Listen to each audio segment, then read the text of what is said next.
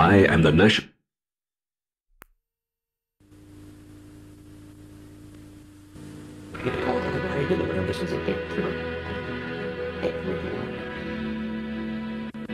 I am the national flag of the Commonwealth of Australia. I belong to you and every Australian equally and freely. I was conceived before the dawn of the century. Designed by Ivor Evans, I was chosen over and above some 32,000 contenders. Although I was never an orphan, I was adopted on that sparkling spring day, the 3rd of September 1901, when I flew above the exhibition building in Melbourne. I was hailed and celebrated by people standing on the threshold of nationhood. They took me to their hearts. In that official ceremony, in the presence of our first Prime Minister, I became the chief symbol of a new nation, embracing the ideals of self-determination, national sovereignty, and personal freedom under God. I have been hoisted aloft over many buildings, from humble homes to the Houses of Parliament. I have listened to every Prime Minister declare his allegiance to me, to our monarch, and to our Constitution. I have witnessed the pledge of each one to protect and defend those freedoms we all cherish, even above life itself. I am carried with pride in ceremonies and processions. I have draped the caskets of your national heroes, carried to their last resting place. The caskets of kings and queens, eminent statesmen, generals, admirals, humble privates, and the unknown soldier. Wherever free men gather, wherever there is justice, faith, hope, charity, and truth, there too am I. At the tender age of 14 years, I received my baptism of fire in World War I. I flew proudly in those early days as we heard the call to do battle alongside those of our own kin. I was carried up the steep hills of Gallipoli, and I was there with the men in the trenches. I watched Simpson bring out the wounded on his doughy little donkey. I breathed the dust of the deserts and rode in glory with the Light Horse Brigade. I saw our finest sons fall and lie still. In death, they had given their last full measure of devotion. The war was over for them forever, but I kept my lonely vigil over their graves and stayed to watch the flowers grow, amid the crosses, row upon row, in Flanders fields. Oh, young Australia, I was there with your fathers whom I longed to comfort. Look at me again, lest you forget. You know me by my distinctive emblems. The Union Jack is the tie that binds us to your ancestors and rich heritage down through the centuries. The upright red cross on a white field is the cross of St. George, patron saint of England. This cross was there when King John set his royal seal on Magna Carta in 1215. And it was there when Simon de Montfort brought together the very first Parliament in 1265, making England truly the mother of parliaments. I proudly wear two other crosses. The white diagonal cross on a blue field is the cross of St. Andrew, patron saint of Scotland. The red diagonal cross on a white field is the cross of St. Patrick, patron saint of Ireland. These three crosses, which perhaps you scarcely understand, unite our heritage in this wonderful land and forge our future in an inseparable bond. The blazing Southern Cross marks our way ahead, while the seven-pointed Federation Star joins our states and territories in a single yet united Commonwealth. All this set in a field of blue, the blue of our southern skies and of the endless ocean washing our golden sandy beaches and coral shores. We are the heirs to a culture rich and diverse. We are the offspring child of a great empire. We have a glorious tomorrow. We are one, lest you forget. I have been to many places. I have seen many things. With our explorers, I crossed the icy wastes of Antarctica and climbed the heights of Mount Everest. I look down with pride on our mighty sportsmen and women as they win honors for their country all over the world. At every official or memorable event in this land, I hold the position of honor. Following World War I, we frolicked in our newfound liberty, growth, prosperity, increase, and our common wealth. But far to the north, in Russia, a new tyranny spewed forth, slaughtering the rich and regal, the lowly and humble, usurping the sovereignty of nations, not of its own. We watched from afar, protected by the border of oceans. Then came 1939, and once again we heard the beat of the warmongers' drums. Again my heart went out to our brave soldiers, sailors and airmen. I was there with them, in the Middle East, in New Guinea, Malaya, Borneo, and many other places. I was trodden in the mud, red with the blood of those brave young Australians so ruthlessly murdered in prisoner of war camps, lest you forget. Finally, in 45, peace at last, so we thought. With just a few short years' rest, I was again carried into battle, caught up in further hostilities by those promoting war. I watched and praised the endurance and spirit of our volunteers in Korea. I too felt the sufferings of our brave sons and daughters in the forces in Vietnam, lest you forget. I am well known and remembered in many places. I am flown every day in the school at Villers-Bretonneux in France, where grateful children and teachers do not forget their debt to Australian soldiers. I am many things to many people. To some, I am yesterday, today, and tomorrow, an inseparable link in the chain that binds men to God and country. And because I am on the side of God through our great heritage, there are the godless who seek to destroy me and replace those 3 Christian crosses with plants or animals. But they dare not. Why?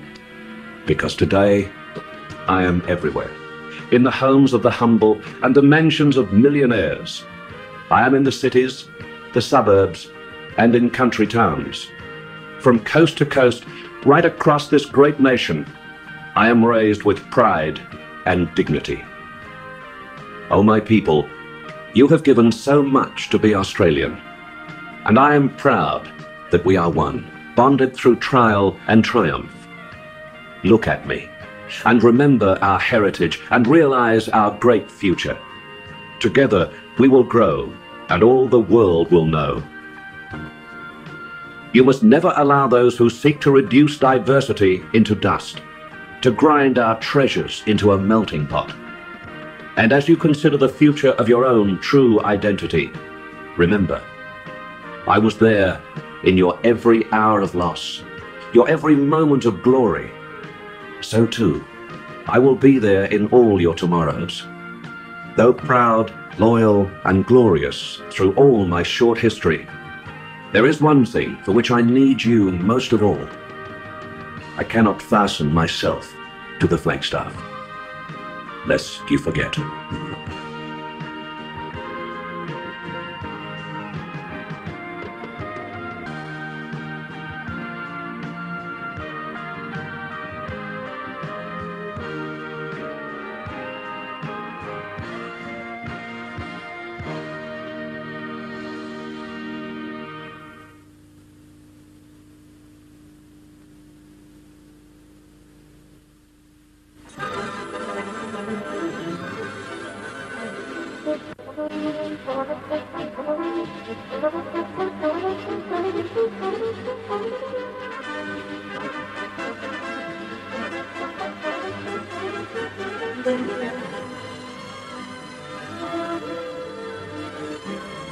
July 1985, it was announced the search was on for a new Australian flag.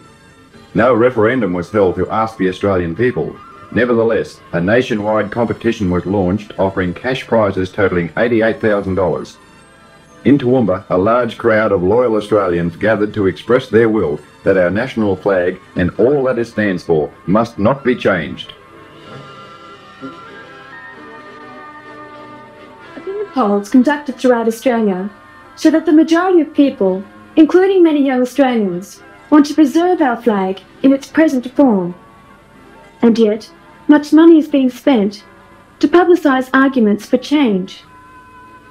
I have noticed that many of my friends have never heard a well-presented case for our present flag.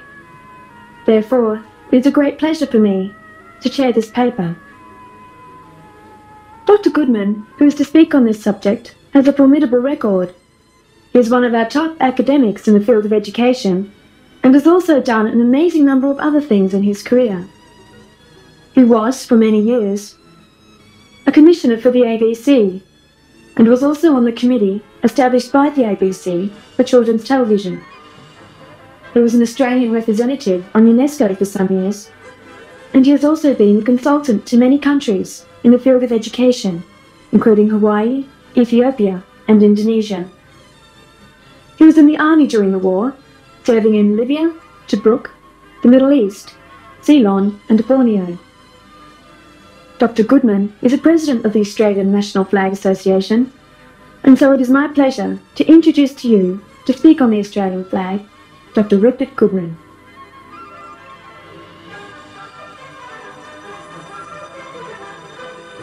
The flag is a symbol. It speaks for the nation's history and soul. The pattern which emerges when the flag unfurls tells us something about the country, about its birth, its growth, its history, the trials and the glories and the hopes of those who fly it. Our national flag has been described by the College of Heralds as one of the great flags of history, having regard to its heraldry, its history, its traditions, and its beauty. Let us now examine the flag and understand a little more about its composition and the significance of its various parts. The flag has been very carefully designed, and if you look carefully, you will find it is twice as long as it is wide. There are two quarters, the upper and lower next to the flagpole, known as the upper and lower hoist or canton of the flag. In the upper hoist is the Union Jack. In the lower hoist, the seven-pointed Federation Star. The two quarters farther from the flagpole are known as the fly of the flag. You'll see it is occupied by 5 stars, the Southern Cross. And if you look again at the flag, you will find that the predominant background colour is blue. You may wonder, who decided that these would be the component parts of our flag, and what do they all mean anyway? First of all, let us look at the Federation Star with its 7 points. This takes us back to the beginning of the 20th century, the first day of which was the 1st of January 1901. In the decades prior to this, there was a growing feeling among Australians that they had a separate national identity, that they were no longer a colony of Great Britain. They wanted to be seen as an independent nation. Australia had grown up, they said, become of age, able to manage its own affairs. In the mood of the times, there was a new feeling of unity, that the barriers between the colonies, as they were known, should be broken down. As one poet wrote, "From all division let our land be free, for God hath made her one. Complete she lies within the unbroken circle of the skies, and round her, indivisible, the sea breaks on her single shore." You may read in your history books how Australia ceased to be a colony and how the Commonwealth of Australia was inaugurated on the 1st of January 1901. And those who were alive at that time saw a new century, a new nation, and of course their thoughts turned to a new flag, a flag that would reflect that new nation. During these very important years, it was inevitable that there would be discussions about an appropriate flag. Up till that time, Australian colonies had used the Union Jack as the national flag. Without going into details, a national competition for a new flag was held. with over 32,000 entries. There were popular designs with kangaroos, koalas, boomerangs, stars and stripes, even an emu playing with cricket balls, because cricket in those days was part of the new Australian ethos. Eminent Australians were appointed as judges, and finally they came up with our present design as we know it, and it was selected and approved.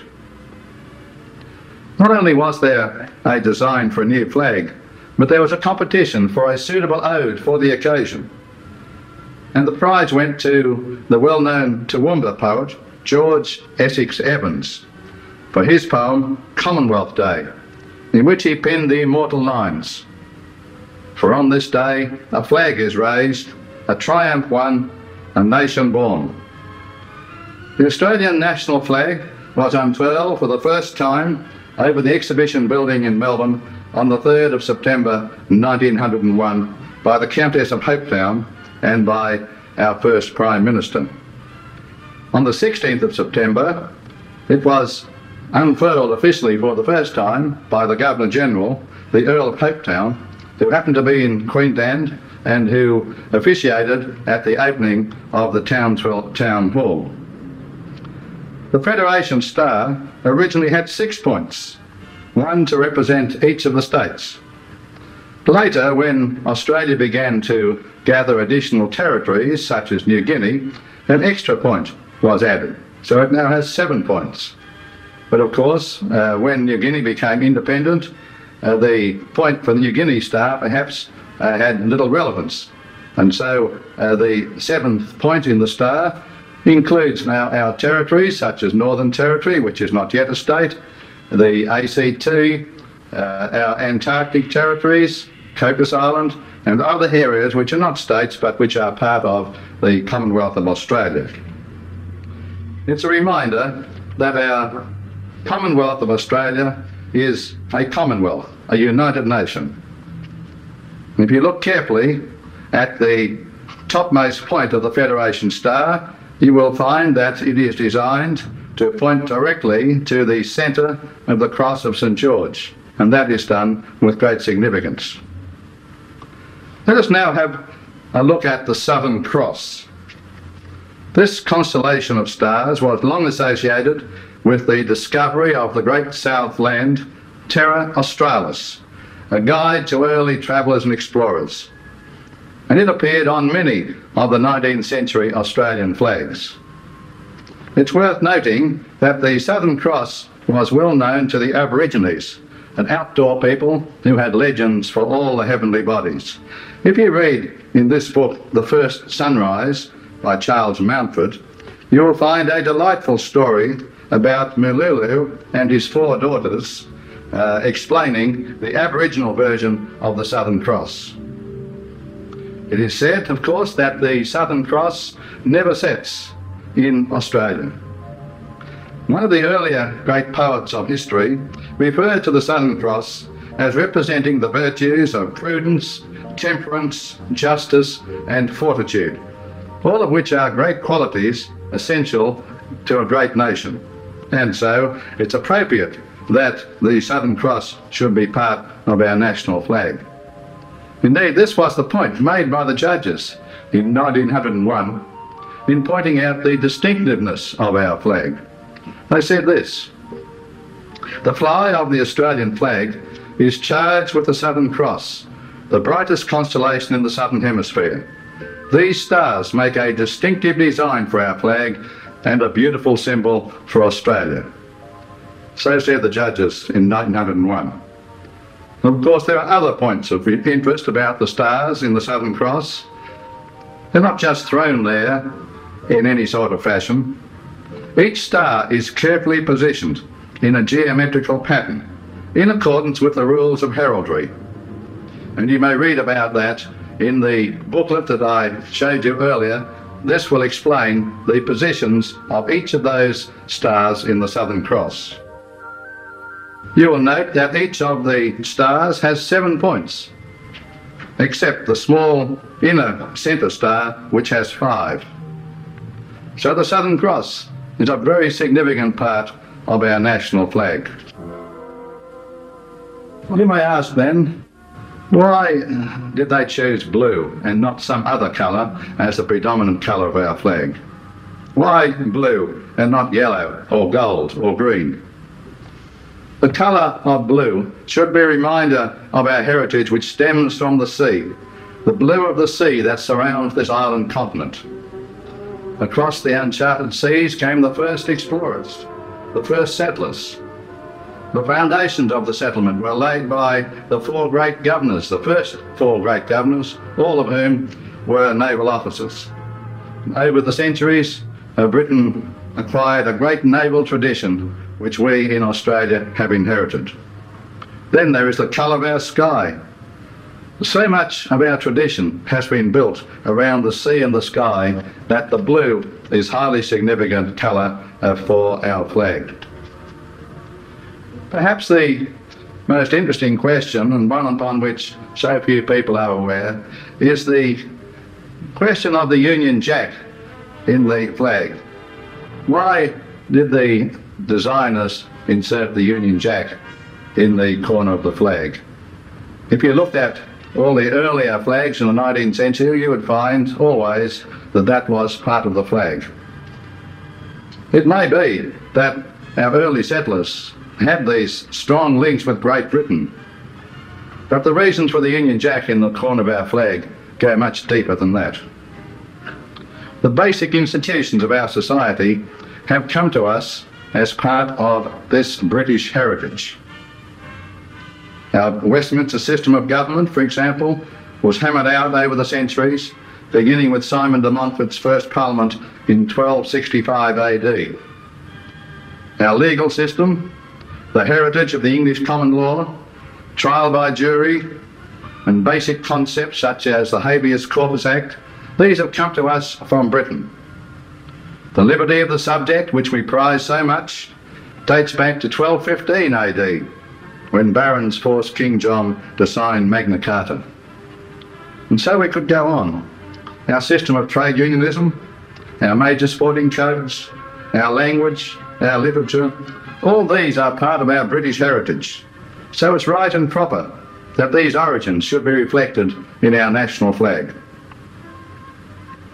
Let's go a little deeper and examine the national flag, especially the Union Jack in the corner.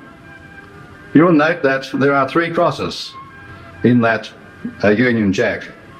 First of all, the cross of St. George. Look carefully at the flag, which shows a red cross on a white field, the cross of St. George. St. George, the patron saint of England, lived in the 3rd and 4th centuries.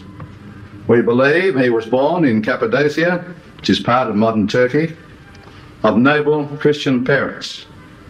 He became a professional soldier in the Roman army and rose to high rank, with a great reputation for courage and bravery. When the Roman emperor of the day, Diocletian, outlawed Christianity, he resigned his commission and urged the emperor to change his views. In this he was unsuccessful, and as a result of his attitudes, he was put to death on the 23rd of April, 303 AD. After his death, many legends arose about his bravery. Some of you may have read the story of St. George and the slaying of the dragon. How St. George became protector of England is lost in antiquity, but it probably had Christian and military associations. It is known that his name was well known in England before the Norman conquest in the 11th century. There is evidence that the Crusaders used the red cross on a white background on their shields. By 1194, it was a popular banner of England. During the period of Edward III, St. George was made the patron saint of England and associated with the Order of the Garter about the year 1348. At that time, Edward III founded the Chapel of St. George at Windsor, and no doubt some of you may wish to see that when you travel abroad in the future. Those of you who have read Shakespeare's Henry V will recall Henry's inspiring call to arms at the gates of Harfleur. God for Harry, England and St. George was his rallying cry. So the cross of St George over the centuries became identified with courage, bravery and Christian ideals. In time it became the symbol of mercy and was adopted as a symbol of the International Red Cross Society. Later still, the George Cross became an award for gallantry, second only to the Victoria Cross. So you see, the cross of St George in the Union Jack and now in our national flag has a history and tradition going back many, many centuries. The second cross, the cross of St Andrew. Look now at the white cross on the blue background, the cross of St Andrew, patron saint of Scotland. Again, we go back to the early Christian period of the 1st century. We know that Andrew was born in Galilee, brother to Simon Peter. He's mentioned in the Bible on many occasions, and we learn that he laid down his fishing nets and decided to follow Christ. As one of Christ's 12 apostles, he preached the gospel in Asia Minor, along the Black Sea, and in Greece. Andrew was crucified at Patras on the Gulf of Corinth on a slanting cross. As he said, he was not worthy to be crucified on one like that which had borne his Lord. His remains were carefully preserved at Constantinople, and when Greece became Christian, Andrew was chosen to be the patron saint of Patras, and because of his origins as a fisherman, he became honoured as the patron saint of all fishermen. How then did St Andrew become the patron saint of Scotland?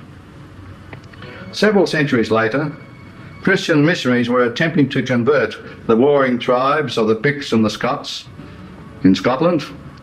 They were attempting to convert them to Christianity, and they were having a difficult time of it. So about the year 740 AD, relics of St Andrew were presented to Angus MacFergus, king of the Picts. The town was renamed St Andrews, and St Andrew adopted as the patron saint of the Picts. Later, the Picts were subdued by the Scots, and Kenneth MacAlpin adopted the banner of St Andrew as the national banner of Scotland.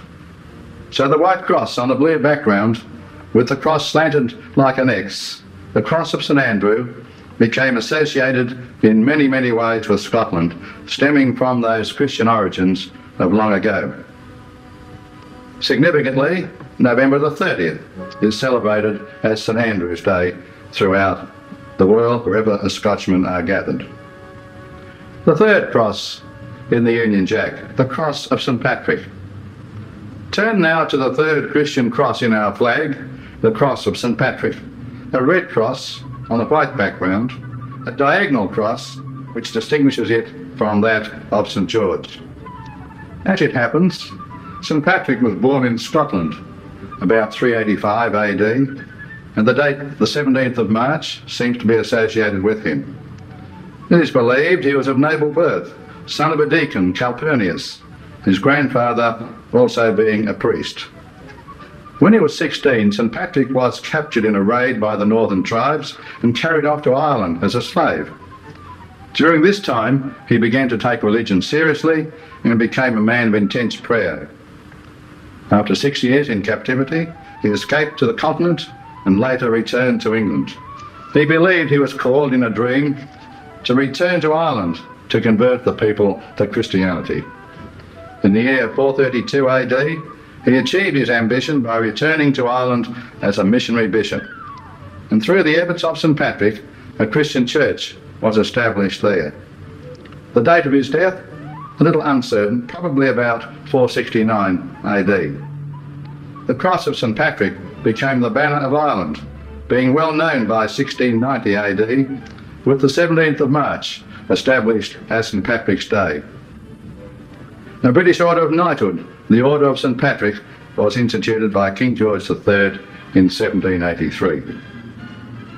So these three crosses in the Union Jack, and now part of our national flag, represent our Christian heritage, that ours is a Christian society.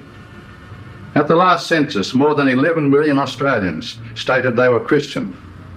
Our constitution, our legal system, our parliamentary procedures all reflect our Christian origins and Christian principles. That's why these three crosses are so important and why they are such an integral part of our national flag. You may ask then, how did these three crosses come to be combined in what is known as the Union Jack? Again, we must go back in history several centuries. I said the banner of St George was the national flag of England, and this was in use through the reigns of the Tudor kings and of Queen Elizabeth I, who died in 1603. On her death, the crown went to James VI of Scotland, who became James I of England, the first of the Stuart line of kings. James I found himself king of two countries, each with a distinct and separate flag. In an attempt to bring the two countries together, he ordered that the two crosses be combined into one flag, the Union flag. A century later, in 1707, the two countries were united politically, and the Union flag, combining the crosses of St George and St Andrew, became Britain's acknowledged flag. And this was the flag which Captain Arthur Phillip raised at Port Jackson on the 26th of January 1788. A few years later, in 1801, the cross of St Patrick of Ireland was added. So the Union Jack as we know it was completed, representing Great Britain, including Scotland and Ireland. If we trace the events in Australia, we find that from 1801 to 1901, the Union Jack was the flag of Australia, signifying that the early settlers were, in the main, migrants from Great Britain, and that Australia was a colony of Great Britain. I said earlier that when parts of Australia were separated from New South Wales and became separate colonies with their own flags, they kept the Union Jack in the upper hoist as a reminder of their heritage. For example, if you look at the state flags of Western Australia, 1870, Tasmania, 1876, Queensland, 1876, New South Wales, 1876, Victoria, 1877, South Australia, 1878. These states used the Union Jack and the blue background as the basis for their state flags, adding certain significant state insignia to signify the particular area. In the 19th century, the Union Jack became part of our military history, as Australians went to war behind that flag in the Maori Wars of 1863, the Sudan, 1885, the Boxer Rebellion in China in 1900, and the Boer War in South Africa in 1899. Now look at some of the developments in our own flag and how we have developed traditions about the national flag since 1901. Some of these have been built around war, others around peace, others about international sporting events, and in the everyday life of the nation. In the first decade of this century, leading up to the First World War in 1914, Australia rode the wave of a new nationalism. One people, one destiny, one flag was the catch cry of the times. Poets and songwriters took up the challenge, and if you examine the collection of the flags in that period, you will see that nationalism and patriotism were built around the flag. There's a few examples of popular songs of that day, and you'll notice each one of them has a flag on them. Australia answers to the call with the flag, the Fair Dinkum War Song, the Three Sons of Old England, We'll Fight for Our Australia, the Great Flag Song. These have all been part of our great tradition in poetry and song. And as the great surge of patriotism developed, so the idea of our national flag swept across the nation. School children saluted the flag each morning and pledged loyalty to their country. And they sang such songs as these: Australians all, your flag unfold, and proudly wave the banner high, that every nation may behold our glorious standard in the sky. I said we developed our traditions about the flag in war and peace. Traditions are built up over a long period of time, and traditions about our flag are deep-seated.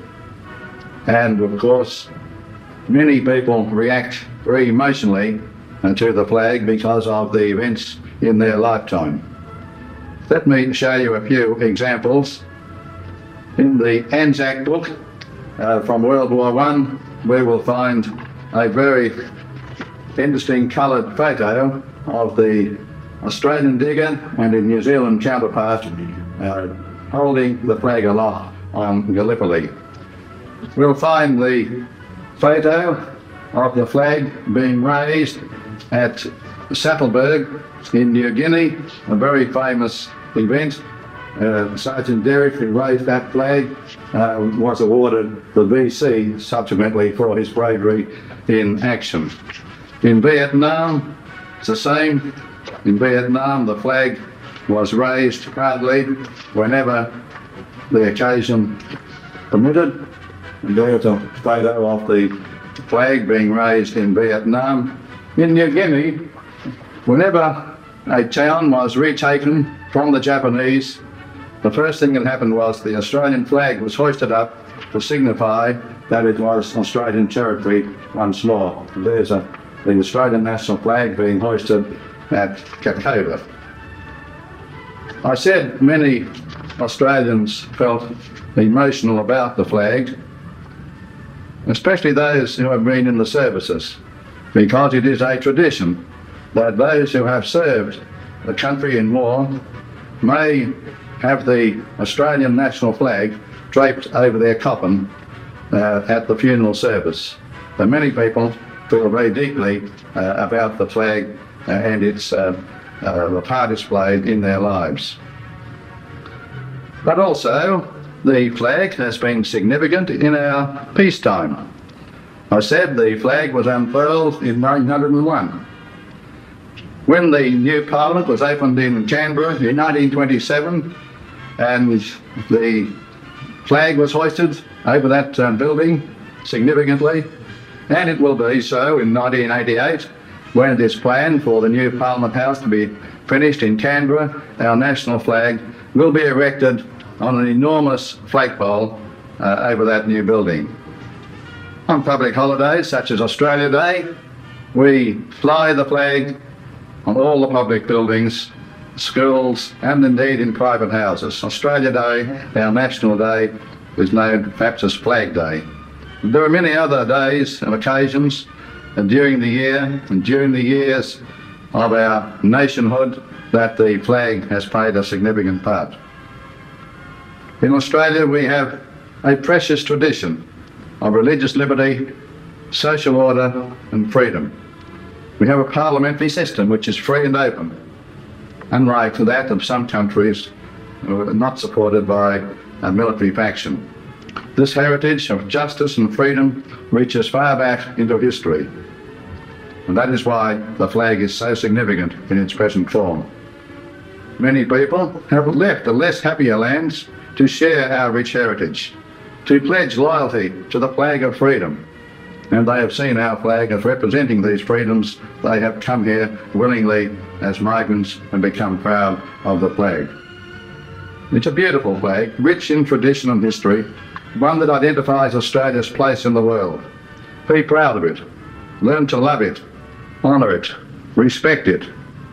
The flag is never lowered except after defeat and occupation by a foreign power, which, thanks be to God, has not been part of our history.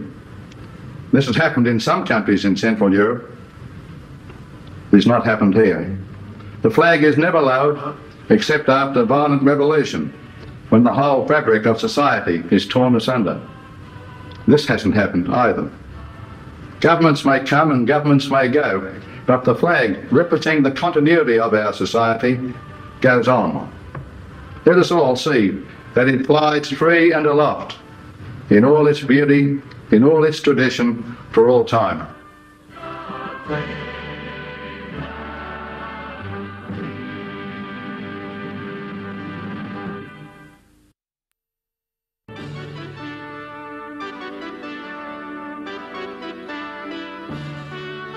Ladies and gentlemen, the largest television audience ever to watch a single program tuned in from all over the world to view the wedding of Prince Charles and Princess Diana. Pick up any popular magazine and articles on the royal family feature more than any other subject.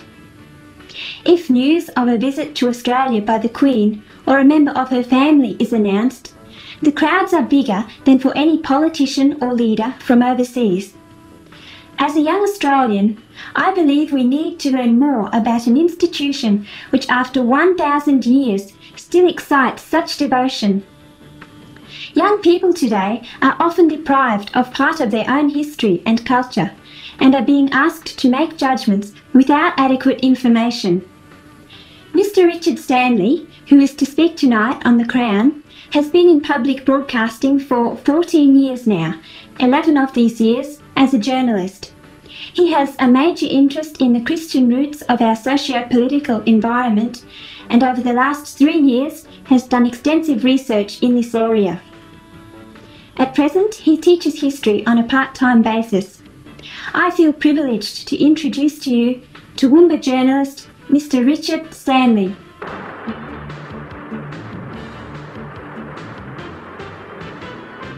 Ever since time begun, man has found himself bound together in communities. To make those communities work, he's needed government by which he can live securely and with the maximum possible benefits and freedoms to express himself, to raise his family, and to function in the creation that's been made for him. There have been tyrannies where one man or one group of men, an elite, have ruled repressively or in an authoritarian manner. There have been republics, such as in ancient Rome, or such as the type which currently exist in such places as the United States, or the Philippines, or France. And there have been constitutional monarchies, based on the sovereignty of the Crown. Australia's government is a monarchy. It's not a republic because we don't have a president whom we elect to administrate and to hold in laws the laws that we have. It's not a tyranny because we don't have one man or one group of men who wield power in an arbitrary or an authoritarian way without any reference to a law base. Ours is a monarchy purely and simply because we have a queen. Funk and Wagnall's dictionary defines a monarch as a monarchy as a government by a monarch, a government or territory ruled by a monarch, and a constitutional monarchy is defined as a monarchy in which the power and prerogative of the sovereign are limited by constitutional provision. Australian government is a constitutional monarchy, in that we have a queen who's limited in what she can or can't do by the Constitution. A constitution in itself is a legal document drawn up by the people which legally binds government of any kind within a set boundary outside of which it can't legally move. The Constitution is the people's safeguard against tyranny and against despotism.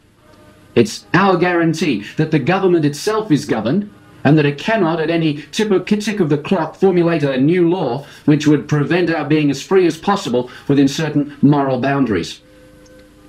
Quick and Garran, in their milestone work on the Australian Constitution called the Annotated Constitution of the Australian Commonwealth, describes the Queen's authority in Australia thus. According to the theory of the Constitution, the Queen is the source of law. The Queen makes new laws. The Queen alters or repeals old laws, subject only to the condition that this power must be exercised in Parliament and not otherwise. It is in the Crown and not in Parliament that legislative authority is, according to constitutional theory, say Quick and Garran, directly vested. Parliament is that body assigned by law to advise the Crown in matters of legislation, and the Crown could not legally legislate without the advice and consent of Parliament. According to Chapter 1, Part 1, Section 1 of the Australian Constitution, our system of government is made up of a federal Parliament, which shall consist of the Queen, a Senate, and a House of Representatives. So legally and politically, Australia is governed by a constitutional monarchy which includes the Senate and which also includes the House of Representatives. All three arms of government themselves governed and prevented from exercising extremes of overgovernment or abuse by the Constitution itself, which is our safeguard and freedom and prevents the government trying to wield too much power. The question arises, how does the Queen govern Australia when she lives in London? That's summed up in Section 2 of Chapter 1 of the Constitution. A Governor-General appointed by the Queen shall be Her Majesty's representative in the Commonwealth, and shall have and may exercise in the Commonwealth, subject to this Constitution, such powers and functions of the Queen as Her Majesty may be pleased to assign to him. So the Queen governs Australia through her elected representative here, the Governor-General. The monarchy as a political system is as sound as any other philosophical stream in the world today.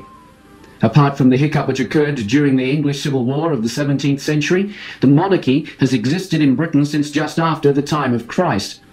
It's provided a stabilizing force throughout history, and it's provided us with some very essential safeguards.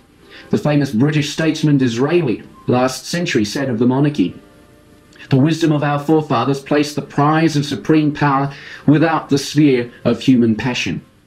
Whatever the struggle of party, whatever the strife of faction, there's always been something in this country around which all classes and parties could rally, representing the majesty of the law and involving the security of every man's right and the fountain of honour.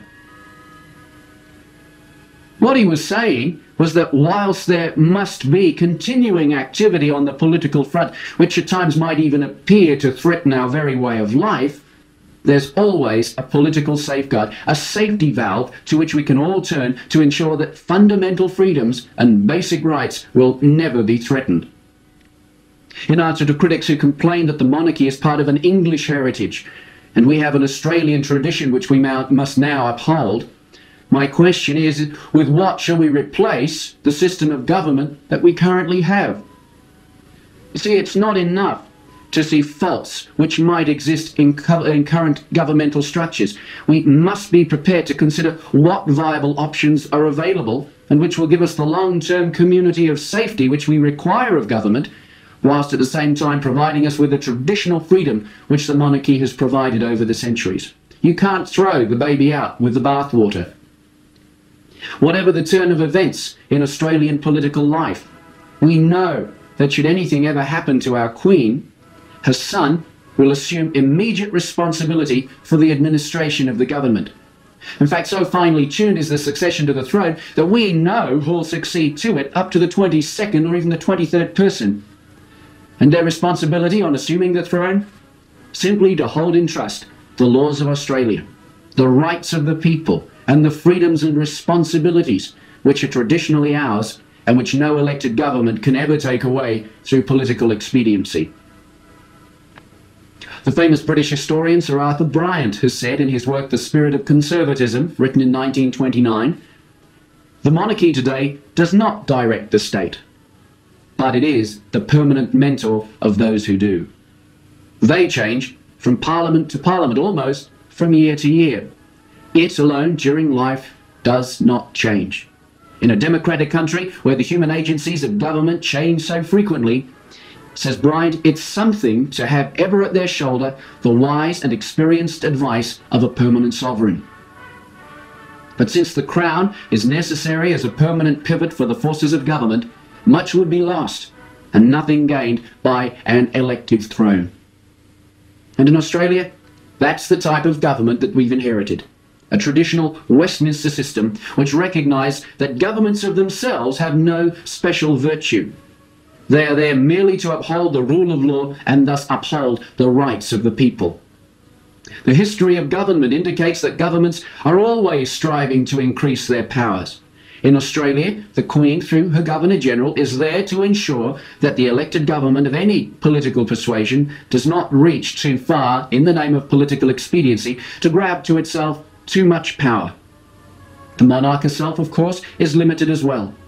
It's a well-founded system of checks and balances which will always ensure that no one system of government, no one arm of the administration will become too bloated and too authoritarian. The Queen, of course, also has other officers in Australia outside of the structure of Parliament who are there for the protection of individual liberty and individual responsibility.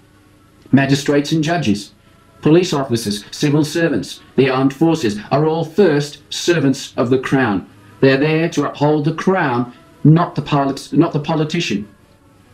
The monarch has a major function both inside and outside of the parliamentary structure. Where her officers abuse their position, she investigates such abuse in a royal commission, which ideally is outside of the control of party political and expedient political control. I think it's important that we spend a little time examining the history of the British monarchy and to learn from it how it relates into Australia and how we can best draw from it for our lives today. The constitutional monarchy belongs with the Judeo-Christian ethic, or that philosophy of life, which these days is based on the life and the death and the resurrection of Jesus Christ. The first constitutional monarch in British history was its first Christian king, Ethelbert, who was the King of Kent, who was converted by the first Archbishop of Canterbury, Augustine, who came to England in 597 AD. In a translation of early English law by F.L. Attenborough called The Laws of the Earliest English Kings, he makes the point that Ethelbert's laws are the earliest known written in the English language. They are, I believe, also the first attempt to limit the power and the authority of the king. Throughout Christian history, there's always been a recognition that there's a need for government to be limited to best preserve the freedoms and the responsibilities of the individual. The early English kings recognized it, and in their laws always gave acknowledgement to the place that Christian thinking played in their laws. The laws of Ine, who was the King of Wessex in the AD 600s, bound him to a constitution framed with the advice and the consent of the English Christians and also the representatives of his people. No barbaric Englishman this, but a man that recognized that government must be limited if it's to give the people the largest possible amount of freedom and responsibility. King Alfred was the first king of a united England, and he based his laws on the Judeo-Christian thinking which limited his power. From the outset, the kings were expected to keep the laws which they themselves set, with the advice of their Christian advisors and the advisors from the people. They were there as figureheads, to uphold the laws agreed to by the representatives and also to administer them. Of the earliest English kings, Stevenson and Markham say in their sources of constitutional history that as yet the king is treated as any other lord. In other words, he was no special person who was able to make an arbitrary law and rule outside of the law. In fact, no time in history has the English monarch ever made a successful attempt at trying to make law of an arbitrary nature. In fact, every time he has, it's been the Christian Church which has called him back, or his successor back, to existing constitutional laws which were designed to limit his power. Magna Carta in 1215 was a constitutional document drawn up on the basis of old law to force King John to agree that there were limits to his power and that it was illegal for him to step outside of those limits. Bishop Stubbs, in his Constitutional History of Britain, makes the point that the whole of the constitutional history of England is little more than a commentary on the Magna Carta. Sir Winston Churchill, in his History of the English-Speaking People, says the Magna Carta bound the king to law, and he goes on. The Charter became the enduring witness that the power of the Crown is not absolute. And when in subsequent ages the state, swollen with its own authority, has attempted to ride roughshod over the rights or liberties of the subject, it is to this constitutional doctrine that appeal has again and again been made, and never as yet without success. What Churchill was talking about is that the authority of the Crown is limited by law. Therefore, the government is limited by law, and therefore the constitutional monarchy to which we are joined assures us of freedom and liberty that I believe no other philosophy of government can give, which is not based on the Judeo-Christian ethic of the Westminster system. The modern-day monarchy is based on the bloodless revolution in England of 1688, following years of arbitrary and abusive government by the Stuart kings. Following the revolution, King William III and his wife Mary were appointed monarchs only so long as they were prepared to sign the Bill of Rights, which limited their government and gave Parliament an indispensable say in the government of the land. The Bill of Rights, again a constitutional document, guarantees freedom to those people that live under this constitutional monarchy. Quick and Garran, in their Australian constitutional work, tell us that it is an adaptation of the principles of British and colonial government to the federal system. That the language of the Constitution and the ideas are drawn from the model of all modern governments, the British Constitution itself. The Australian form of constitutional government, then, the monarchy, is based on years and years, centuries of working within existing law to produce a system of government which benefits the majority of people and which protects their freedoms. With those centuries of experience behind us, we've got a solid foundation with which we can go on into the future. Of it, the Canadian constitutionalist Senator Eugene Forsey has said of his Freedom and Order essays that the Crown is the embodiment of the interests of the whole people, the indispensable centre of the whole parliamentary democratic order, the guardian of the Constitution, ultimately the sole protector of the people if the MPs, MLAs or ministers forget their duty and try to become the masters and not the servants. And so, as Chapter 1, Section 1 of the Constitution points out, the Queen, the constitutional monarch of Australia, is our head of government. With her to help administer that law is the Parliament, which consists of both the Senate and the House of Representatives. We elect the senators and the MPs who work in the House of Representatives. They're there as our representatives to find out what we as people want and then advise the Queen accordingly. Section 59, Chapter 1 of the Constitution. When a proposed law passed by both Houses of Parliament is presented to the Governor-General for the Queen's assent, he shall declare according to his discretion, but subject to this Constitution, that he assents in the Queen's name, or that he withholds assent, or that he reserves the law for the Queen's pleasure. In other words, the Governor-General, representing the Queen, does not have to sign into law the legislation passed on to him by the Parliament. Section 59 goes on, the Queen may disallow any law within 1 year for the Governor-General's assent. And immediately you say that's tyrannic and that's despotic. It doesn't reflect the democracy in which we live. But my suggestion is that it does. You see, we've already discovered together that the Queen is bound by law herself. She cannot arbitrarily decide what she does or doesn't want about a particular law. She can't say, I don't like that law, so I won't have it, arbitrarily. She's bound by law that if it is the obvious will of the people, she cannot refuse to pass that legislation into law. But what our system of government, the monarchy, does is to protect us from the elected representatives who may lose touch with the electorate. The idea that once a government obtains office, it's free to do as it likes until the next election, no matter how small its majority is, despotic and as totalitarian as Hitler was, or as the Russian communist system is. The government we elect is bound by the law just as much as we are, and as the Queen is. The Queen is there as the head of government to ensure that the Parliament does what the people want, and that the laws it brings in reflect the consensus of the people. Genuine democracy requires a restraint on the appetites of government, which Lord Bryce, the historian, has said all government seek to increase their own power. The monarchy does not wield direct power, but it is there to ensure how power is used. It's there to ensure that all power is not monopolised by one section of the government. And so the majority party of Parliament, the party that are elected by the majority of electors, has the ability to form a cabinet, a committee of men and women who become what's known as the Executive Council. Their responsibility is to advise the Governor-General, the Queen's representative, what the Parliament, as the representatives of the people, decide should or should not be law. Section 62 of the Constitution says there shall be a Federal Executive Council to advise the Governor-General in the government of the Commonwealth. Members shall be chosen and summoned by the Governor-General and sworn in as executive councillors and shall hold office during his pleasure. In other words, the Governor-General, bound himself by the Constitution and in full regard of the law, may hire and fire the men and women who make up the Cabinet and his Executive Council. That's why just prior to a general election, it's the Prime Minister as the Governor-General, chief advisor in Parliament, that goes to him and advises him to dissolve the Parliament so that an election can be held. Senator Eugene Forsey has said the reserve power, or the power to enforce certain sections of the Constitution, cannot be used by the Governor-General arbitrarily or against the will of the people. The Crown or the Governor-General cannot act without the advice of its ministers. If the Crown refuses the advice of the ministers in office and they refuse to back down, it must find other ministers who will take responsibility for the refusal.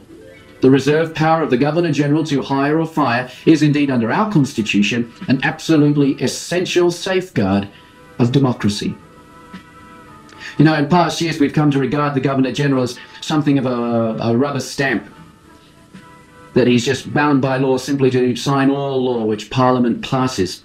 The elected representatives make the law, and the Governor-General just simply rubber stamps his signature on it.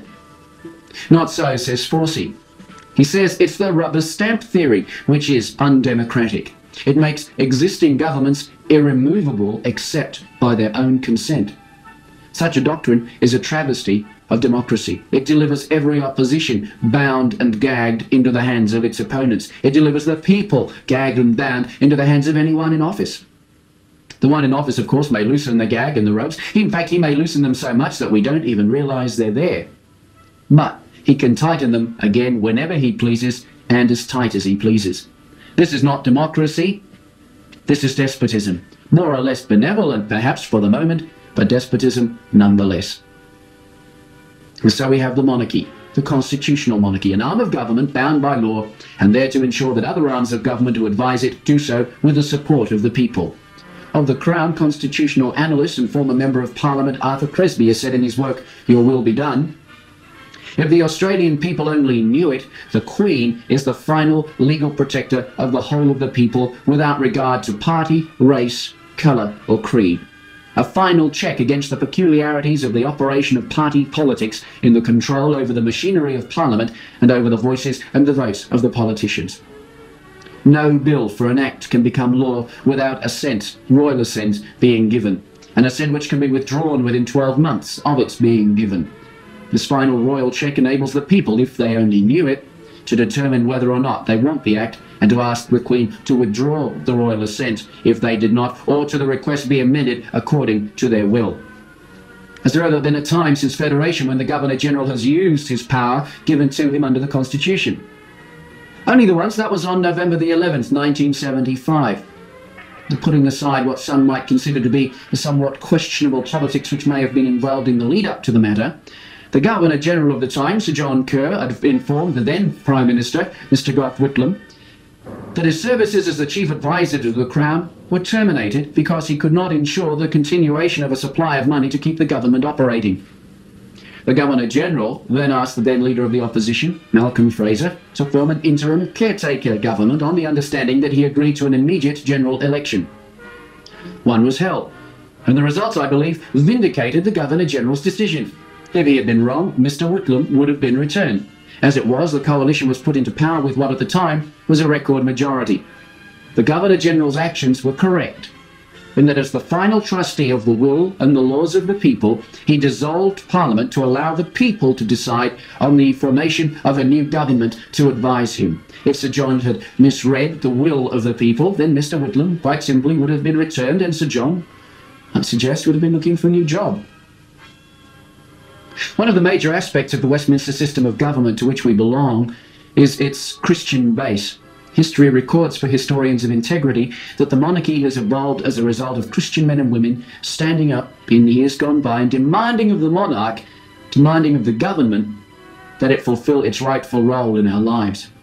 Magna Carta, which we've seen helped limit the role of the monarch, was drawn up by the English barons for King John to sign. History records that it was the Christian Archbishop of Canterbury at the time, Stephen Langton, who was the guiding light whom the barons followed, and if it hadn't been for him, some historians suggest the whole move for the Magna Carta would have simply disintegrated. The famous Bill of Rights, which formed the basis of our modern-day monarchy, was the result of Christian Reformation thinking. The Judeo-Christian ethic takes the viewpoint that government needs to be limited. Otherwise it grows too big, too impersonal, too authoritarian, too despotic. Francis Schaeffer, in his work How Should We Then Live? The Rise and Decline of Western Thought and Culture, makes the point that our modern-day monarchy, with its checks and balances, which we've already discussed, is the result of Christian Reformation thinking. The reformers, he says, took the view that man in himself is not a perfect creature, following the biblical account of the fall of man in Genesis chapter 3. As a result, says Schaeffer, every person has something in him which tend him away from what we would call the straight and the narrow. Because the government is a creation of fallen man, therefore, to enable him to live in communities of safety, there needs to be a system of checks and balances, particularly on people in power and in government. In our system, the monarchy provides checks and balances that ensure that none of us is robbed of our democratic rights and freedoms which God has given to us. The monarchy itself is not perfect. Neither is republicanism, neither is a system which is controlled solely by a parliament.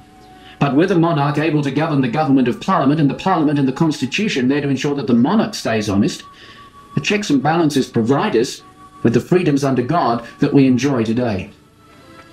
In the final analysis, though, it really doesn't matter what type of government we have. We'll demand more and more of it if we ourselves refuse to acknowledge our need for moral responsibility and self-restraint which the absolutes of God's word bring. The freest societies in the world, where people have enjoyed prosperity and freedom from barbarism, have resulted by and large in those nations which have held a Judeo-Christian view of the world.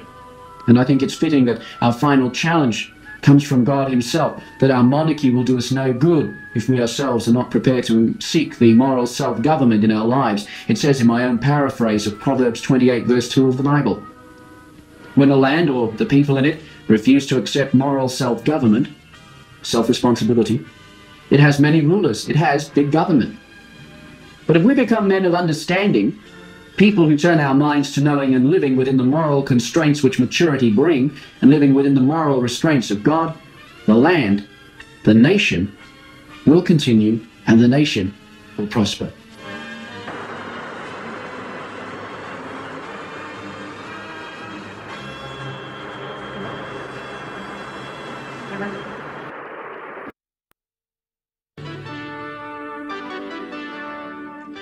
There are many young Australians who today see the growing and expanding role of government as a major problem.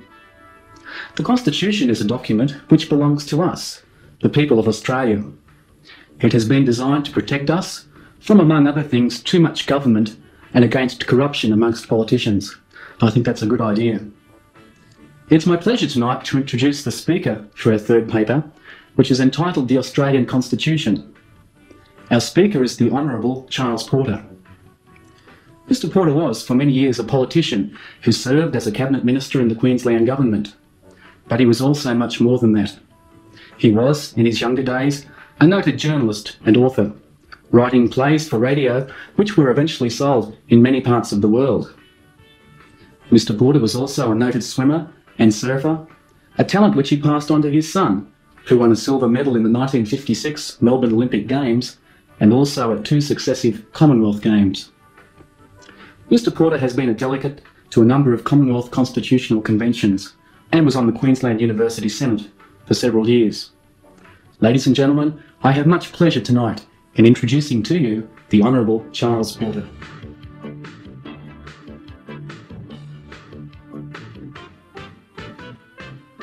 Why we have something called the Constitution. What does it do? Why is it important to me? Well, let us take first things first.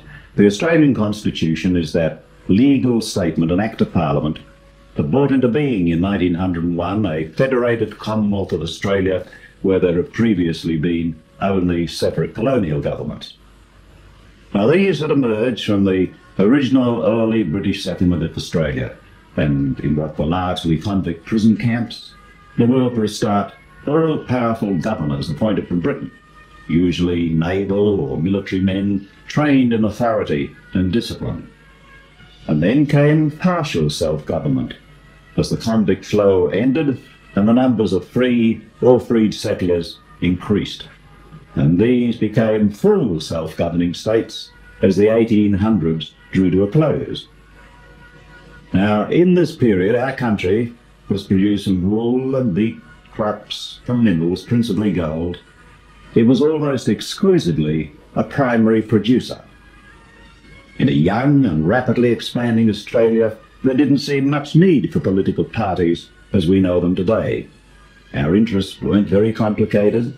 They revolved in the main around propertied people, with protectionists wanting safeguards against too much coming in from abroad, whilst free traders, wanting to sell more overseas, were prepared to admit more foreign goods.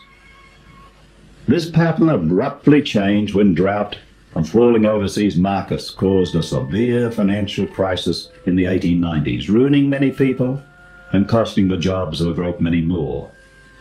The crisis produced general recognition of the need for greater community involvement in the business of politics and government, not only from propertied people, but also from workers.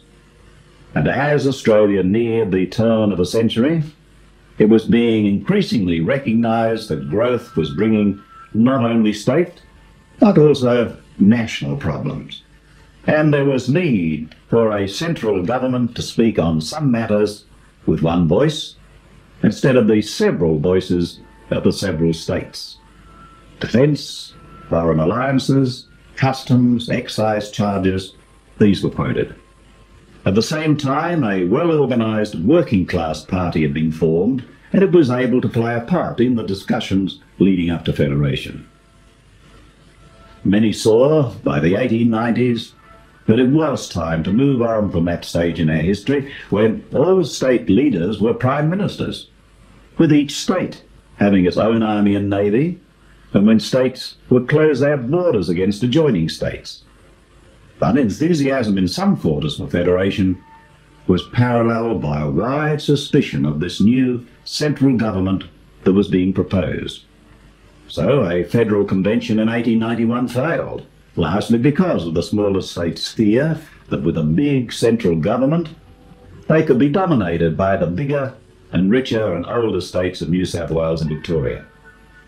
A constitution to meet these objections was then drafted in 1897, but fears were still expressed, so changes were made again, and eventually, with the approval of all states, the constitution received Queen Victoria's assent in July 1900.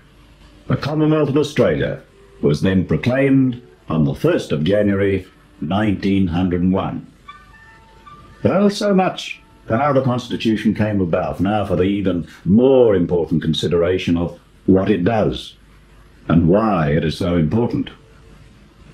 It is the best thinking of far-sighted men to construct a workable partnership arrangement between the states, who previously had all the power, and a new Commonwealth government. And to ensure that it remained a partnership, the Constitution carefully defined areas of authority, specifying 39 heads of power, as they were called, to be taken from the states and given to a new central government. And at the same time, every power and authority not so specified was to remain exclusively with the states. It all seems straightforward and definite, yet ambitious men have found ways of circumventing the intent of the Founding Fathers. You know, everybody should read the Constitution, if only to enjoy its language. Far from being a grim, confusing legal document full of wherefores and Latin quotes, it is in fact simple and lucid, stating noble aspirations for a young country, and at the same time laying down sensible rails along which the machinery for progress with stability and individual liberty was to run. We must never be taken in by sneering suggestions from glib people that we have a horse and buggy constitution, good enough for the unsophisticated situation of 1900, but quite inadequate for a high-tech Australia approaching the year 2000. This simply is not so. Basic principles involving the very spirit and nature of man do not change over the course of a few generations. It's akin to saying that the fundamental admonition of Christianity, that we must love one another, was suitable 2,000 years ago, but is out of date now. In a world so filled with hatred and ravaged by international terrorism, how well we know this is not true. Remember always that the philosophy, the purpose, the principles and the methods embodied in our Constitution, based on the Christian ethic, are as valid and as necessary today as ever they were. This recognition that human judgment is fallible and that any proper exercise of power must rest on divine guidance is well expressed in our Constitution's opening words, which are, whereas the people of New South Wales, Victoria, South Australia, Queensland and Tasmania, humbly relying on the blessing of Almighty God, have agreed to unite in one indissoluble federal commonwealth, and so it goes on. But they humbly rely on the blessing of Almighty God. Now, in keeping with our essentially British origins, our constitution drew much from British institutions and ideas. Consideration was given also to the American Constitution, although becoming a republic with an elected president was never contemplated in Australia from the very start. From the outset, we wanted to remain within the British family of Commonwealth nations, with Britain's monarch also our sovereign. Now, some now say this recognition of Queen Elizabeth as Queen of Australia is old hat. It's time we stood on our own feet and became a separate republic. But we do stand on our own feet. The Queen does not interfere in any way in our affairs. And let us never forget that being part of a constitutional monarchy, as it is called, the term given to our position, provides an important safeguard for all Australian citizens. While the monarch must, in all normal circumstances, except as a constitutional ruler, the advice of the government of the day, the sovereign can, if the safety and well-being of a people is at risk, exercise a reserve power, and the armed forces will recognise this as superior to the decisions of the government. This reserve power of the sovereign remains largely untested, but there is no doubt that it does exist. Sir Winston Churchill once summed it up as, "The sovereign's reserve power is the only absolute protection for the people against the infinite audacity of elected persons."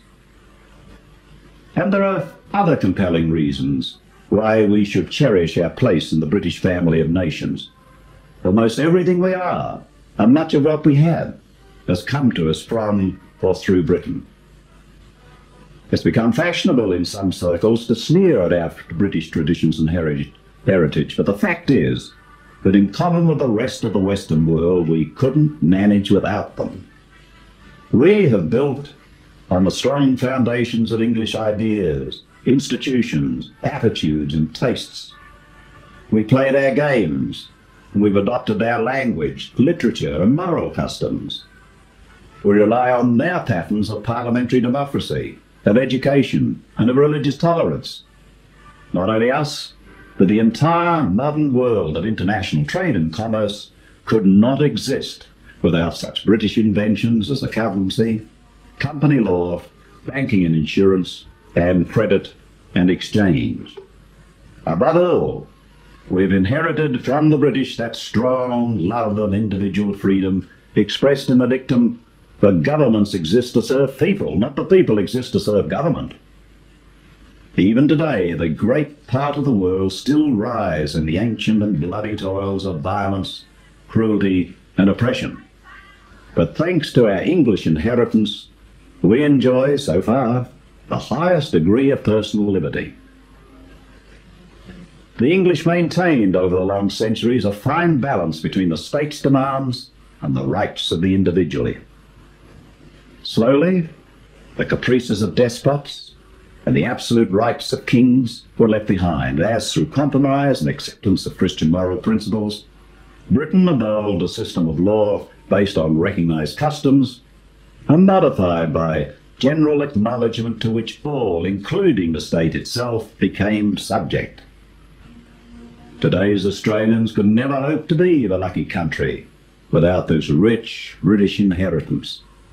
Older people like me acknowledge that we were the fortunate heirs to a great and splendid tradition, which we must hand on intact to you. And in your turn, you must keep the faith to ensure that this British tradition of a free, peaceful and democratic community is handed down in mint condition to your children. Those men who many years ago hammered out our Constitution were both wise and far-sighted. They recognised that some changes occurring with the processions of the years could possibly require some changes in the Constitution, but very conscious of the necessity to ensure always that a power-hungry central government wouldn't easily secure changes unduly increasing its powers, they wrote a safeguard into the Constitution. And this was a requirement permitting change, provided a majority of people voted in its favour.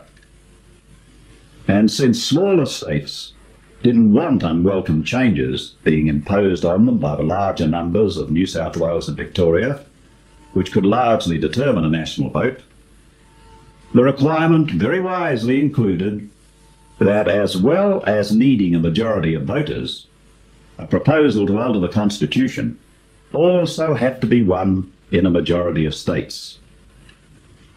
There has been very steady pressure for constitutional change, and this process of securing it is called a referendum. Well, over the years there's been the constant and increasing attempts by central governments to get more powers from the states. There were 24 such referenda in the first 50 years of federation, while in the next less than 30 years there have been no less than another 16 of them. And it should be noted that those parties and politicians most anxious to transfer present state powers to Canberra, thereby building the apparatus for central control over people, are the ones convinced that governments and officials know better what is best for people than do people themselves. And we do well to remember that throughout history, this is the claim made by despots and dictators in order to justify themselves. It should also be noted that of the 40 referendum attempts at constitutional change, no less than 32 have been decisively rejected by the Australian people. And as only one of those 8 successful bids could be considered substantial, clearly there has been an emphatic no to all wanting to upend the Constitution's partnership agreement and obtain more power at the centre at the expense of the states. Some of these proposals for changing the Constitution have been put as referenda 2, 3, and one of them up to 5 times. And I think this reveals the great hunger some politicians and their parties have for centralised power, as well as the persistence with which they pursue this objective. Beyond any question, the great majority of Australians are content with the Constitution, and just as obviously they distrust those who are constantly seeking to transform the Federal Partnership Agreement into a blueprint for an overriding Canberra control. And yet, you know, changes have occurred. Despite rejection by the people of Canberra's many attempts to enlarge its powers, you will know, just as your parents know, but over the years, great changes in Commonwealth states' relationships have taken place. Up to the 1940s, for instance, the federal and state governments had equal taxing authority, and state governments set their own tax rates, and they raised all the revenues they needed. But now, Canberra is the sole taxing authority in all major revenue fields. It collects the tax, keeps what it considers it needs, and then conditionally gives some of the monies back to the states. Well, as might be expected, this has led to the states increasingly becoming dependent on Commonwealth handouts for needed revenues. And hence, the original equal partnership plan of the Constitution is much changed. Why should it be changed? Well, the old adage that the man who pays the piper calls the tune applies just as much with governments as it does with people. And by using its money power, that is, by putting requirements on how the money taken from the states and then given back to them is to be used, in this way the Commonwealth Government increasingly compels the states to do its bidding. And another instance of huge constitutional change, never won at a referendum, indeed never put to a referendum, is the Commonwealth's invoking of an agreement, perhaps made through the United Nations, often then called a covenant, but with some other nation.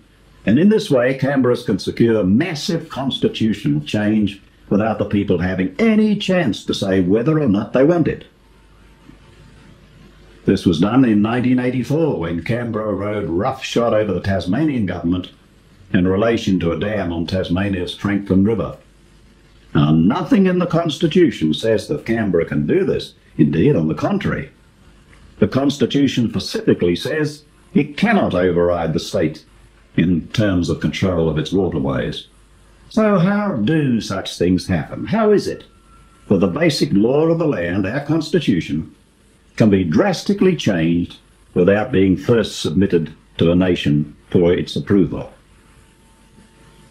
Well, the situation is, of course, that the High Court of Australia is in a position to make changes. The High Court was set up in the Constitution to be an impartial referee when questions arose as to interpretation of sections of the Constitution. And in this way, the High Court worked quite satisfactorily for many years. But gradually, with its officers and its justices appointed by, and sometimes coming directly from, the Central Commonwealth Parliament, many saw the High Court as becoming Canberra-prone, if I might express it that way. Certainly, in any question involving federal-state jurisdiction, it seemed to be a foregone conclusion that a majority judgment of the High Court would hold that the Commonwealth power was superior to that of the states. I think it appears to many that 4 of the 7 justices of the High Court have been determined, something like the White Queen in Alice in Wonderland, to make words mean what they want them to mean. And over recent years we've had a series of such judgments that without any shadow of doubt, if put to the people's referenda, would have been summarily rejected. Unfortunately, these momentous decisions are never put to the people, and it surely is wrong that in a modern democracy, matters deeply affecting the quality of life for everyone should be sanctioned not by a majority of people, but by a majority, and often a majority of one, of 7 High Court justices. Now, despite the incessant attacks on it, the Constitution of Australia still remains vital to us. It is our shield and our buckler. It guarantees your freedom under the law. It protects you against excess or misuse of political power. It guarantees your rights to property, and it is supported and buttressed by common law, which is another part of the glorious British heritage that I referred to earlier. Common law is that great body of English legal precedent and case history, forged out of centuries of struggle and experience, that has taken deep root in the British psyche as the unconquerable protector of personal liberty. By ancient custom and common consent, this common law has become the secure repository of our freedoms, our protections, and our guarantees. Governments cannot gainsay common law, and while it exists, there cannot be sudden edicts wiping out your rights issued at the whim of some head of state, as happens in other countries around the world. It also ensures your protection against what is commonplace in many other countries. That is, the threat of being whisked away by the secret police, without a charge ever being specified, and perhaps you'll never be heard of again.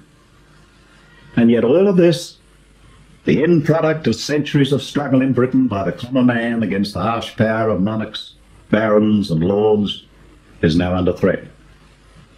Once again it is being proposed that the overriding power bestowed on Canberra by the High Court's Franklin Dam decision be used against our constitutional rights and protections. Now you'll recall my saying that the states' consent to federation was only on the basis that they wouldn't be overwhelmed by the new central government. They feared this. And of course, to this end, 38 heads of power, and only 38, were set out as going to the new Commonwealth government, and everything not so specified was to remain with the sovereign states. Well, item 29 of those 38 federal powers in the Constitution consisted of just 2 words: external affairs. The Commonwealth has the right to make laws with regard to external affairs.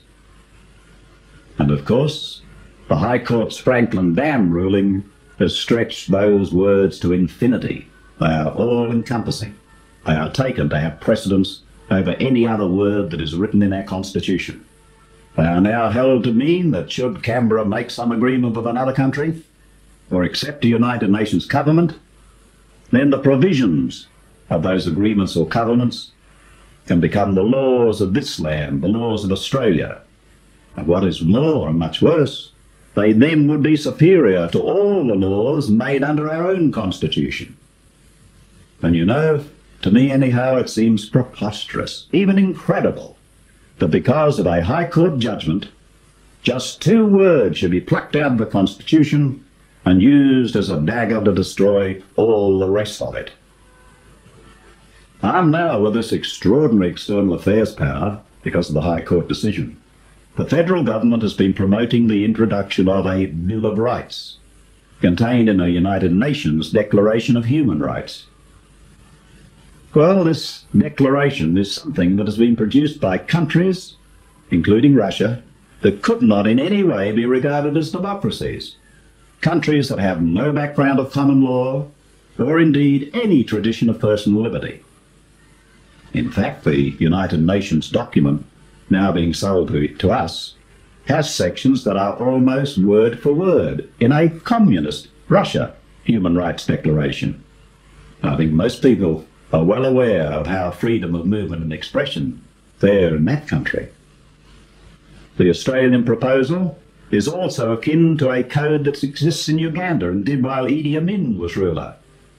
The same situation applies at the moment to Iran and to the Ayatollah. All know, and Amnesty International abundantly confirms, the powerless condition of individual freedom and justice in those countries, despite all the high-sounding words and statements on human rights. Any recommendation from any quarter that we should breach the protective walls in any way of our constitutional and common law protections, to rely on fine words already proven absolutely useless in other countries to protect fundamental liberties, should be fiercely resisted. The federal government is now suggesting that a version of the original Human Rights Bill will drop some of the earlier obnoxious features, but this is not so. The new draft still tries to stultify the Christian ethic, which is the basis of our Constitution, and this Human Rights Bill contains no reference whatever to God. The aim is to obliterate the Constitution's humble acknowledgement, in those opening words that I have quoted, of the primacy of divine authority. And there is another point of very great significance. In all the rights supposed to be guaranteed to people by this United Nations document, which is to become our absolute law, there is no mention of a person's right to property.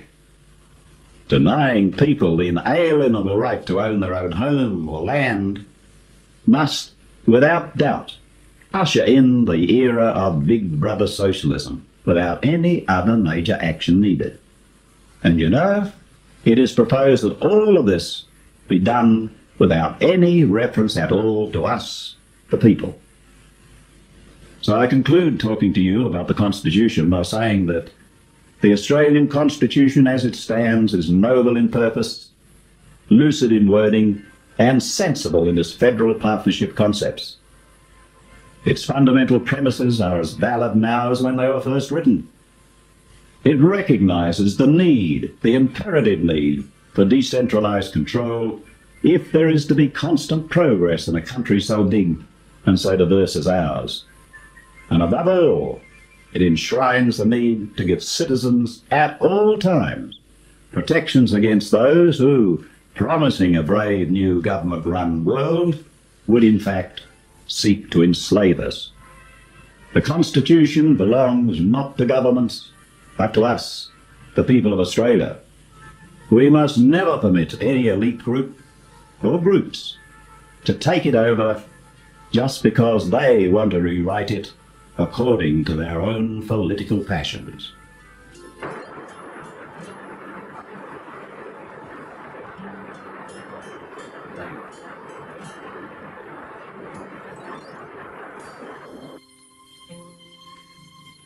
The story of Australia's basic institutions, the flag, the crown and the Constitution, is one which every young Australian is entitled to hear.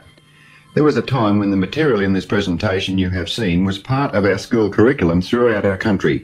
Young adults were thus equipped with a working knowledge of their own history and heritage. That is no longer true. Many young Australians have never had the material presented to them before, even though they are being asked to dismiss or change them. We do not believe that that is fair, so this video has been made. We don't pretend it is perfect. We did not have the financial resources which have been made available by those demanding change. Nevertheless, we have presented with amateur effort and enthusiasm of ordinary Australians a case for preserving the basic principles of our free society. You in your turn can help too, by getting this video to as many of your fellows as you can, both young and old. Don't let apathy rob you of your still free society. Australia, Australia, just on the side out here. Australia, Australia.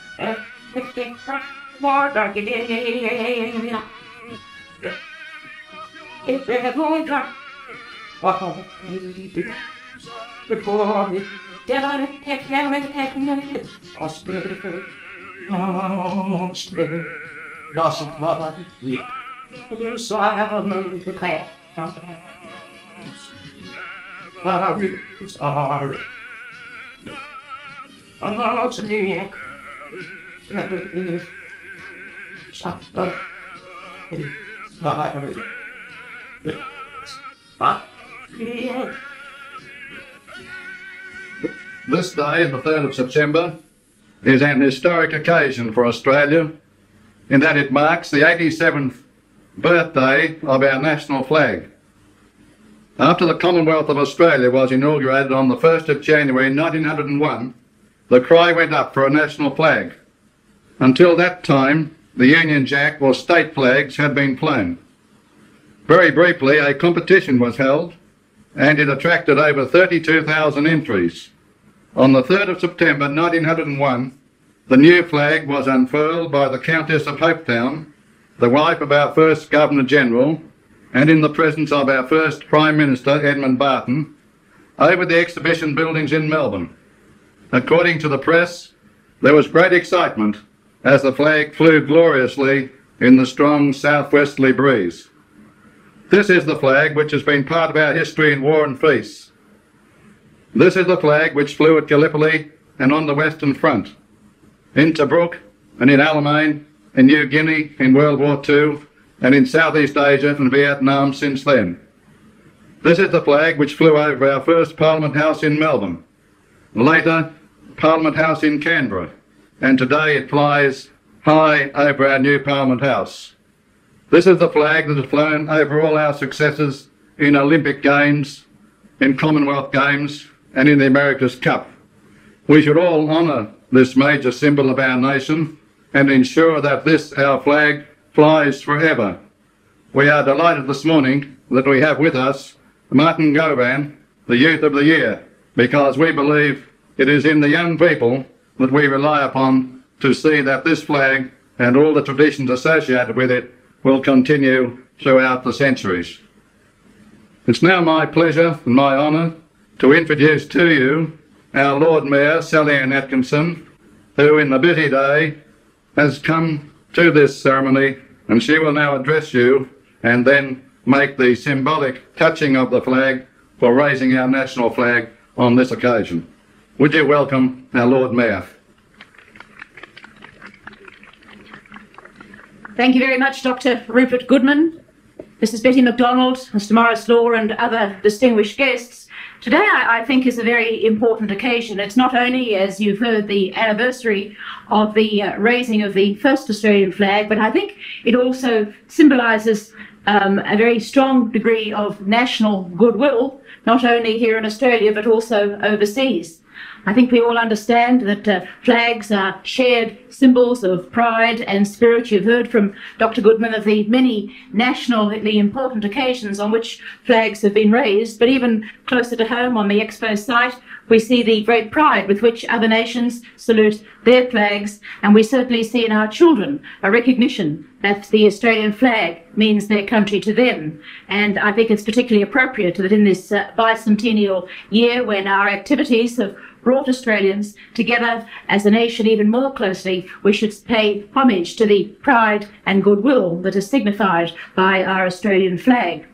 I think it's interesting that one of the four flags that we have here today, representing a city, a state, a nation, a mother country, one of those flags is indeed the flag of the city of Brisbane. And 42 years ago, we were the only Australian capital without a properly registered coat of arms, and it was thanks to the initiative of the town clerk, Mr. Slaughter, in 1948, that we did have a coat of arms, and we have the first record of that flag, the city flag, being flown at the opening of the Long Pocket Park on the 19th of March 1949. It just by coincidence happens to be almost where I live now, so there's a nice little personal touch there.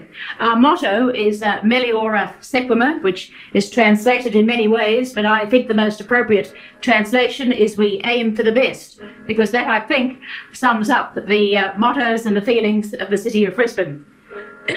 Ladies and gentlemen, I know that today we all gather here in pride, we all gather here in appreciation, we all gather here in recognition of what Australia stands for, and the outward and visible sign of what Australia stands for is our national flag. So I'd like to congratulate the National Flag Association and the organisers of today for their commitment and their perseverance, and I think that we all certainly recognise that in upholding the significance of our national flag to celebrate our shared pride and our shared history, and most importantly, our shared future.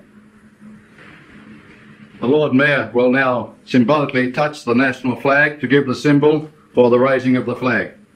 When the flag is aloft and free, the Australian national anthem, Advance Australia Fair, will be flown, followed by a few bars of God Save the Queen, or as it was in 1901, God Save the King.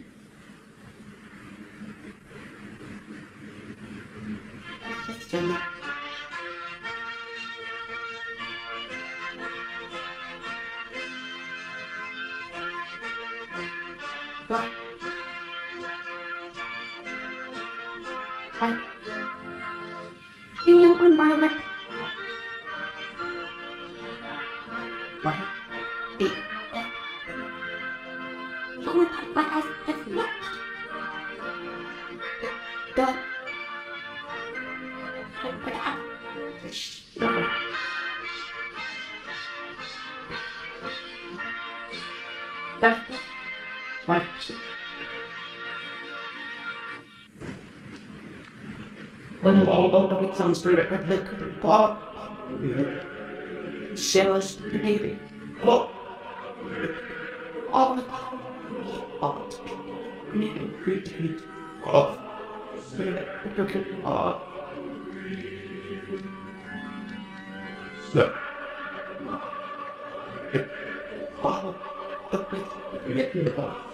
why? You didn't pick up your God. Pick God on and zero. I don't forget anything. What?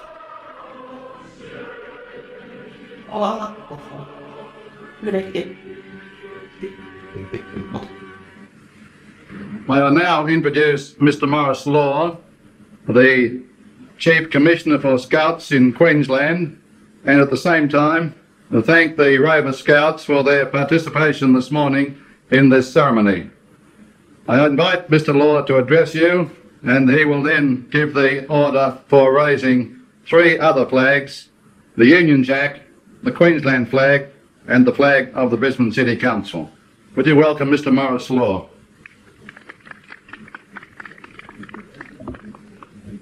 Thank you very much. Mr Goodwin, President of the National Flags Association of Queensland, the Right Honourable the Lord Mayor of Brisbane, Alderman Sally Ann Atkinson,